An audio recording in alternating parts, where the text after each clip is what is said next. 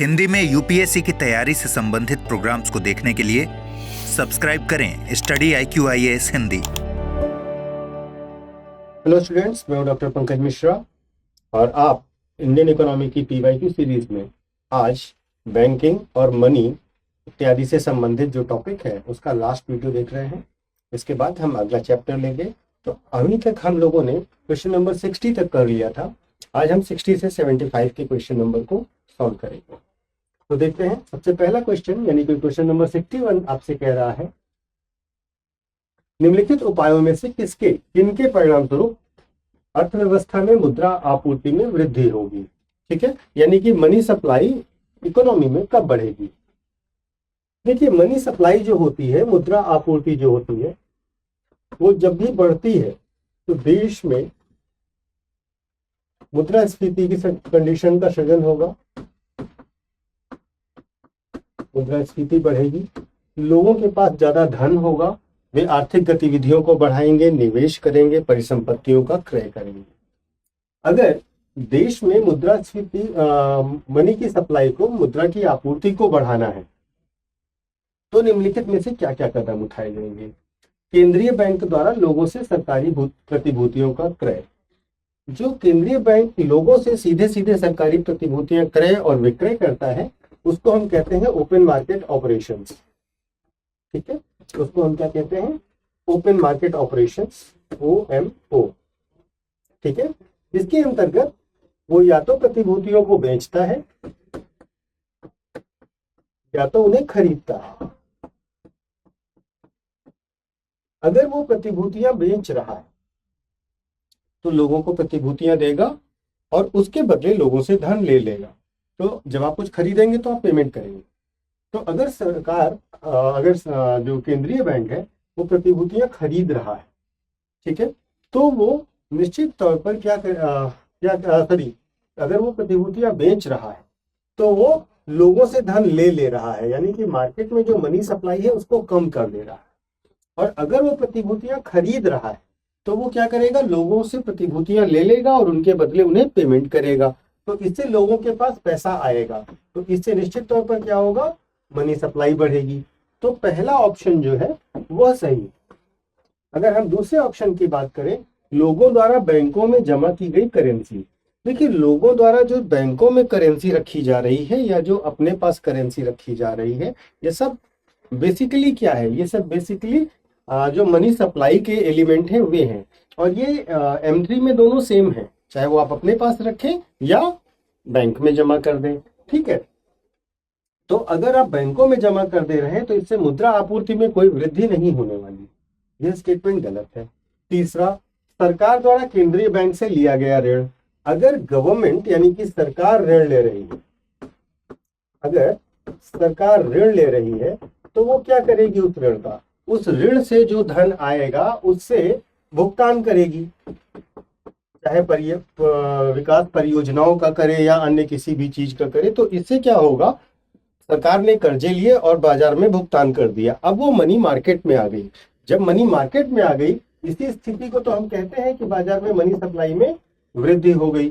तो अगर ये स्थिति है तो इस स्थिति में भी तीसरा भी सही होगा। चौथा, केंद्रीय बैंक द्वारा लोगों से सरकारी प्रतिभूतियों का विक्रय। जैसा कि मैंने आपको बताया कि अगर वो विक्रय कर रहा है तो मनी सप्लाई को कम करेगा, इसलिए चौथा भी ऑप्शन सही नहीं होगा। तो इसमें 1 और 3 केवल सही है, आप इसमें C लगाइए, बाकी सभी उत्तर गलत हैं, यानी कि 2 और चौथा ऑप्शन गलत है।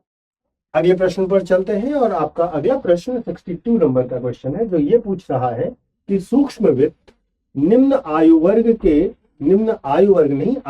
के व्यक्तियों के लिए वित्तीय सेवाओं का प्रावधान करता है। ठीक है, यह सेवाएं उपभोक्ताओं और स्वरोजगार में जुटे व्यक्तियों दोनों को प्रदत्त की जाती हैं। सूक्ष्म वित्त के अंतर्गत जो सेवाएं उपलब्ध की जाती हैं वे क्या है। ठीक है, देखिए, माइक्रो फाइनेंस का जो कॉन्सेप्ट है, जो माइक्रो फाइनेंस की अवधारणा है, उसके अंतर्गत एक वित्तीय सेवा इस तरीके से प्रदान करने की अवधारणा है कि जो लोग वास्तव में औपचारिक वित्तीय सेवाओं के परिधि में नहीं आ रहे हैं, जो उन सुविधाओं का लाभ नहीं ले पा रहे हैं, अपनी कम आय या रोजगार न होने के कारण, उन लोगों को ये सुविधाएं दी जाए। बेसिकली ये बेरोजगारों के लिए और कम आय वर्ग के लिए होती है। ठीक है, इसमें क्या होता है, इसमें क्रेडिट सुविधाएं दी जाती हैं, बचत सुविधाएं दी जाती हैं, माइक्रो बीमा उत्पाद बनाए जाते हैं छोटे छोटे, जिसमें वे निवेश कर सकें। ठीक है, और जो फंड ट्रांसफर अगर वो करना चाहते हैं तो वो कर सकें। तो माइक्रो फाइनेंस की जो सुविधा है वो एक व्यापक तौर पर जो कम आय वर्ग है, जो बेरोजगार वर्ग है, जो बहुत कम पैसा अर्न करता है, उनको सभी प्रकार की बैंकिंग सुविधाएं देने के लिए की जाती हैं। तो अगर आप देखेंगे तो जो माइक्रो फाइनेंस है उसमें ऋण सुविधाएं भी दी जाती हैं। ठीक है, आप देखेंगे जो इस समय बांग्लादेश के प्रधानमंत्री हैं, उनका माइक्रो फाइनेंस में ही सबसे ज्यादा काम था। ठीक है, इसके साथ साथ जो यूसुफ साहब है ना, बचत सुविधाएं देगी, छोटी माइक्रो बीमा सुविधाएं भी देगी, और जो धन का हस्तांतरण करना है, पैसा एक जगह से दूसरी जगह भेजना है, यह सुविधा भी माइक्रो फाइनेंस एजेंसी देती है। तो 1 2 3 4 चारों देंगे, तो आप इसमें डी लगा दीजिए। अगला क्वेश्चन है क्वेश्चन नंबर 63। ये कह रहा है कि वाणिज्यिक बैंकों द्वारा दिए जाने वाले लोक लुभावन ऋण टीजर लोन क्यों कर आर्थिक चिंता का विषय है। ठीक है, लोक लुभावन ऋण या टीजर लोन अधोमुख ऋणों सब प्राइम लेंडिंग का ही एक रूप समझे जाते हैं, तथा बैंकों को यह जोखिम रहता है कि भविष्य में उनके ऋण चुकता ना हो। दूसरा, देश में लोक लुभावन ऋण मुख्यतः अनुभवहीन उद्यमियों को उत्पादन संबंधी अथवा निर्यात संबंधी इकाइयां स्थापित करने के लिए दिए जाते हैं। ठीक है, तो देखिए टीजर लोन का क्या कॉन्सेप्ट है। जो टीजर लोन का कॉन्सेप्ट है वो ये है कि वास्तव में जो प्रारंभिक ब्याज दरें हैं वे उपभोक्ताओं को अट्रैक्ट करने के लिए, अपनी तरफ आकर्षित करने के लिए दी जाती हैं। जैसे उदाहरण के लिए आप यूं मानिए कि जैसे मान लीजिए कि होम लोन आप ले रहे हैं। ठीक है, होम लोन में क्या है कि मान लीजिए 18% का ब्याज दर है। ठीक है, तो जो संबंधित बैंक है वो ऑफर कर सकती है कि शुरुआत के दिनों में आपको केवल 12% का लोन देना, ब्याज दर देना होगा अगले शुरुआती 3 साल में, उसके बाद आपको 18% का ब्याज देना है। ठीक है, तो इस तरीके के लोन जो लोक लुभावन होते हैं, जो आकर्षक ब्याज दरें प्रोवाइड करते हैं जिससे कस्टमर लोन लेने के लिए प्रेरित हो, ऐसे लोन को टीजर लोन की श्रेणी में रखा जाता है। ठीक है, तो अब देखिए जो टीजर लोन होते हैं उनकी क्या स्थिति है कि इसमें ऐसा होता है कि आपने रेट कम किए, लोग जिनकी क्षमता उतनी अच्छी नहीं है वे सोचते हैं कि चलिए शुरुआत के 3 साल में कम ब्याज दर है, हम ले लेते हैं। लेकिन ऐसा हो सकता है कि उनकी इनकम वैसी ना जनरेट हो पा रही हो, और ये संभावना रहती है कि वो आकर्षक लोन के चक्कर में तो लोन ले लेते हैं लेकिन बाद में वे उसका भुगतान नहीं कर पाते हैं। तो एक तरीके के ये सब प्राइम लेंडिंग का ही रूप समझा जाएगा, और बैंकों में इसका जोखिम रहेगा कि हो सकता है भविष्य में पर्सन डिफॉल्ट कर जाए। ठीक है, तो पहला स्टेटमेंट बिल्कुल सही है। दूसरा स्टेटमेंट ये कह रहा है कि उद्यमियों को उत्पादन संबंधी या निर्यात संबंधी इकाइयां स्थापित करने के लिए दिए जाते हैं। तो ये बिल्कुल सही नहीं है कि generally teaser loan general customers के लिए होते हैं, जैसे आप होम लोन, व्हीकल लोन वगैरह लेते हैं, उनके लिए ये टीजर लोन्स की प्रावधान किए जाते हैं। तो सेकंड स्टेटमेंट उतना सही नहीं है, पहला स्टेटमेंट सही है। तो आपसे पूछा जा रहा है कि कौन से कथन सही है, तो आप इसमें ए लगा दें। अब आगे बढ़ते हैं और अगले प्रश्न की ओर चलते हैं। आपका अगला प्रश्न क्वेश्चन नंबर 64 है, और क्वेश्चन नंबर 64 आपसे क्या कह रहा है,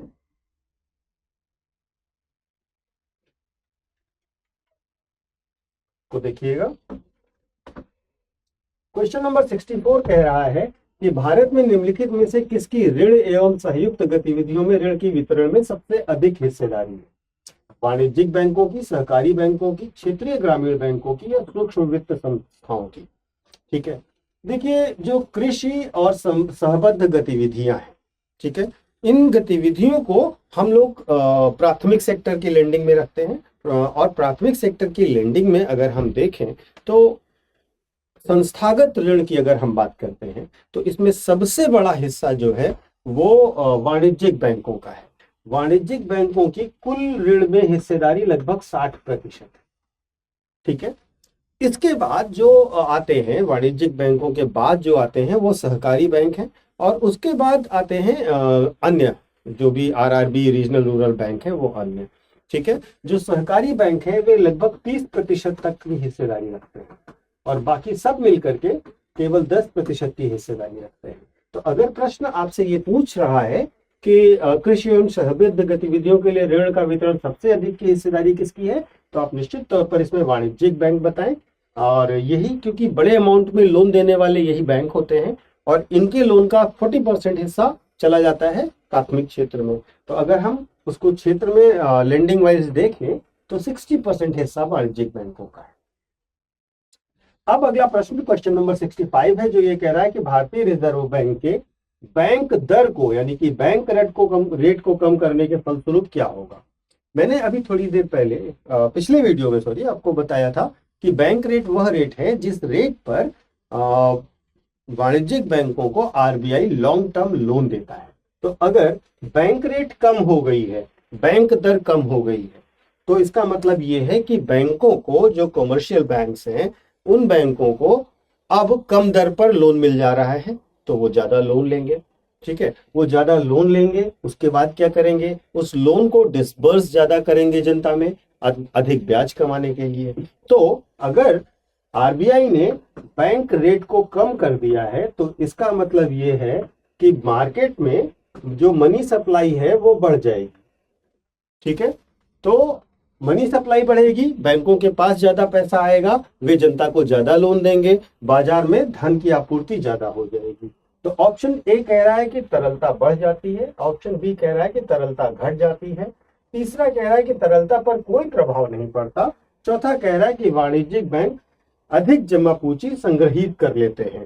तो अब आप इस एनालिसिस से समझ गए होंगे कि बैंकों में बैंक दर में बहुत कमी करने से मनी सप्लाई बढ़ रही है, और अगर मनी सप्लाई बढ़ रही है तो बाजार में तरलता बढ़ रही है। इसी को हम दूसरे शब्दों में बाजार में तरलता की वृद्धि कहते हैं। ठीक है, अगले प्रश्न पर चलते हैं। क्वेश्चन नंबर 66 है, ये कह रहा है कि कौन सी पारिभाषिक शब्दावली उस क्रियाविधि को इंगित करती है जिसके माध्यम से वाणिज्यिक बैंक सरकार को उधार देता है। ठीक है, गवर्नमेंट को जो बैंक ऋण दे रहा है वो किस शब्दावली के अंतर्गत आएगा। पहला है कैश क्रेडिट रेशियो, यानी कि नकदी उधार अनुपात। यह एक अनुपात होता है, यह एक तरीके की दर होती है जिसमें कितना कैश और कितना क्रेडिट बैंक ने अपने पास रखा हुआ है। तो इसका सरकार को लोन देने से कोई सीधा तात्पर्य नहीं बनता है। ठीक है, तरलता समायोजन सुविधा जो लिक्विडिटी एडजस्टमेंट रेशियो है, यह भी सरकार को लोन देने के लिए नहीं है। ये बेसिकली क्या करती है, जो एलएएफ फैसिलिटी है, वो अगर मान लीजिए कि आपके पास, बैंकों के पास तरलता की कमी हो जाती है तो वो इस सुविधा के अंतर्गत करते हैं। एसएलआर क्या है, सांविधिक तरलता अनुपात क्या है। ठीक है, ये वो है जो बैंक अपने पास लिक्विड असेट के तौर पर रख रहा है, यह भी इससे संबंधित नहीं है। बचता है आपका ऋण सेवा दायित्व यानी डेट सर्विस ऑब्लिगेशन। ये जो ऋण सर्विस ऑब्लिगेशन है, दायित्व है, इसके अंतर्गत जितने भी वाणिज्यिक बैंक हैं वे सरकार को लोन देने की प्रक्रिया को करते हैं। ठीक है, तो यह इसका सही उत्तर होगा बी। अगले प्रश्न की ओर चलते हैं।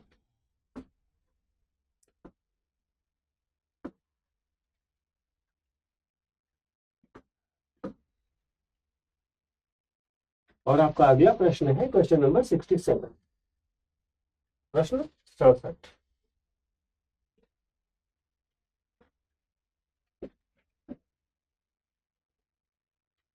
क्वेश्चन नंबर 67 आपसे कह रहा है कि भारत में गैर बैंकिंग वित्तीय कंपनियों एनबीएफसी के संदर्भ में निम्न कथनों पर विचार कीजिए। ये सरकार द्वारा जारी प्रतिभूतियों के अधिग्रहण में भाग नहीं ले सकते, ये बचत खाते की तरह मांग निरपेक्ष यानी कि डिमांड डिपॉजिट स्वीकार नहीं कर सकते। निम्नलिखित में से कौन सा सही है। ठीक है,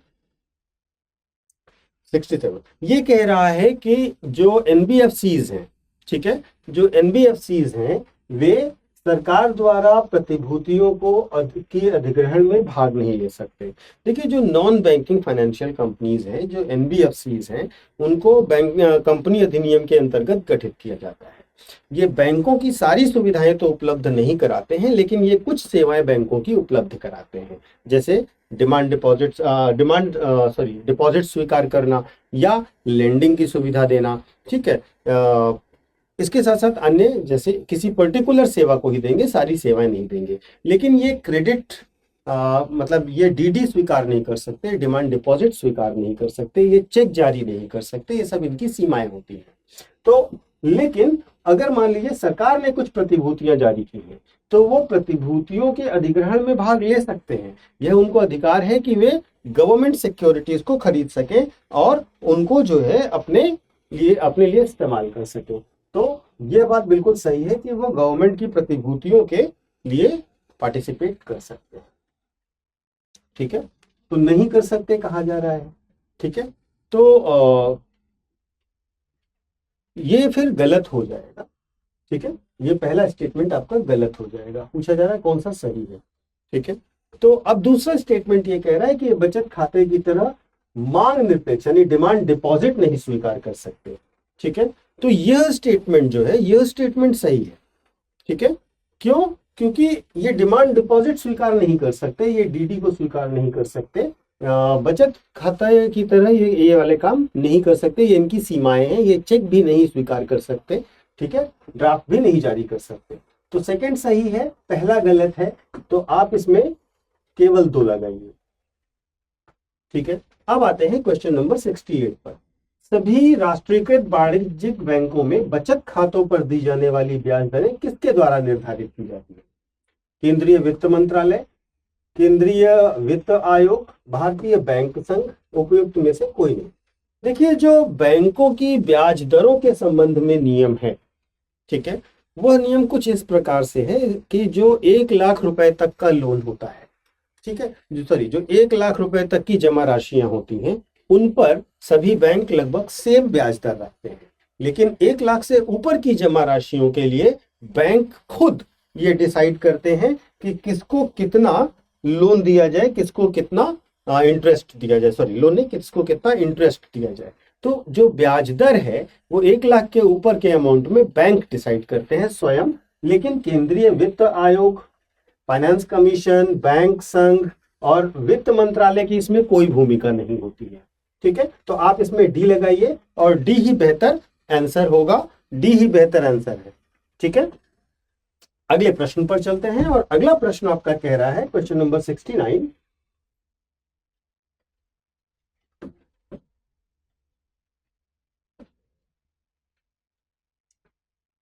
जब भारतीय रिजर्व बैंक नकदी रिजर्व अनुपात यानी कि कैश रिजर्व रेशियो में वृद्धि की घोषणा करता है तो इसका क्या तात्पर्य है? देखिए, सीआरआर क्या है, कैश रिजर्व रेशियो क्या है? जो सीआरआर है, कैश रिजर्व रेशियो है, इसका मतलब ये वो धन है जो आरबीआई के पास जमा करना है बैंकों को। ठीक है, ये कॉमर्शियल बैंक्स डिपॉजिट करेंगे आरबीआई के पास अपनी कुल जमाओं का। ठीक है, तो अगर सीआरआर बढ़ गया है, अगर सीआरआर बढ़ गया है तो इसका क्या तात्पर्य हुआ? इसका तात्पर्य ये हुआ कि बैंक अपनी जमाओं का एक बड़ा हिस्सा अब आरबीआई के पास जमा कर देंगे, यानी कि उनके पास कम पैसा बचेगा लोन देने के लिए। तो अगर सीआरआर बढ़ा है तो मार्केट में मनी सप्लाई कम हो जाएगी। अब इस नजरिए से देखिए, बैंकों के पास उधार देने के लिए कम मुद्रा होगी, भारतीय रिजर्व बैंक के पास उधार देने के लिए कम मुद्रा होगी, केंद्रीय बैंक के पास उधार देने के लिए कम मुद्रा होगी, वाणिज्यिक बैंकों के पास उधार देने के लिए अपेक्षाकृत अधिक मुद्रा होगी।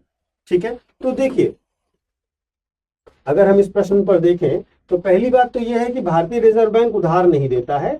ठीक है, भारतीय रिजर्व बैंक जो है केवल बैंकिंग सिस्टम को और गवर्नमेंट को उधार देता है, तो उसके पास कम मुद्रा होगी इसका कोई संभावना नहीं है। ठीक है, और वो डिपॉजिट ज्यादा ले रहा है तो उसके पास उधार देने की संभावना वैसे भी बढ़ जाएगी। केंद्र सरकार से इसका कोई रिलेशन नहीं है सीआरआर का। बैंकिंग सेक्टर के पास जैसा मैंने बताया सीआरआर बढ़ गई है तो अब उनके पास पैसा कम है, तो जाहिर सी बात है उधार देने के लिए उनकी क्षमता कम हो जाएगी और ए ही इसका सही जवाब होगा। अब आते हैं क्वेश्चन नंबर 70 पर। प्रश्न संख्या 70 ये कह रहा है कि निम्नलिखित में से कौन सी सीमित देयता साझेदारी फर्म की विशेषता नहीं है? ठीक है, सीमित देयता फर्म का मतलब लिमिटेड लायबिलिटी पार्टनरशिप। LLP जिसको कहते हैं, ठीक है। तो LLP वो संस्था होती है जिसमें मिनिमम 2 सदस्य होने चाहिए और इसमें अधिकतम सदस्यों की संख्या निर्धारित नहीं है, ठीक है। ये सभी तरीके का बिजनेस करती है। जैसे आपने देखा होगा गूगल LLP लिखा होता है, that is limited liability partnership, ठीक है। तो अब देखिए इसमें ऑप्शन क्या है कि इसमें साझेदार 20 से कम होने चाहिए, ठीक है। ऐसा नहीं है, मैंने अभी आपको बताया कि मिनिमम 2 होते हैं, ठीक है, और मैक्सिमम कितने भी हो सकते हैं। तो इसलिए पहला स्टेटमेंट गलत है। दूसरा स्टेटमेंट ये कह रहा है कि अच्छा विशेषता नहीं है तो एक ही है, लेकिन बाकी विशेषताओं को भी समझ लेते हैं कि साझेदारी और प्रबंधन अलग अलग होने के लिए आवश्यक नहीं है। देखिए अगर 2 ही मेंबर की फर्म है या 4 ही मेंबर की फर्म है तो उसमें प्रैक्टिकली भी साझेदारी और प्रबंधन को अलग अलग करना संभव नहीं है, तो यह सही है। आंतरिक प्रशासन साझेदारी के बीच की आपसी सहमति से निश्चित किया जाएगा, ठीक है। वो कैसे इंटरनली अपने आप को एडमिनिस्टर करेंगे, मैनेज करेंगे, ये अपनी साझेदारी द्वारा डिसाइड करेंगे, सहमति से डिसाइड करेंगे। इसमें शाश्वत उत्तराधिकार से यह एक शाश्वत उत्तराधिकार से परिपूर्ण निगमित निकाय है, ये कॉर्पोरेट बॉडी है, ठीक है।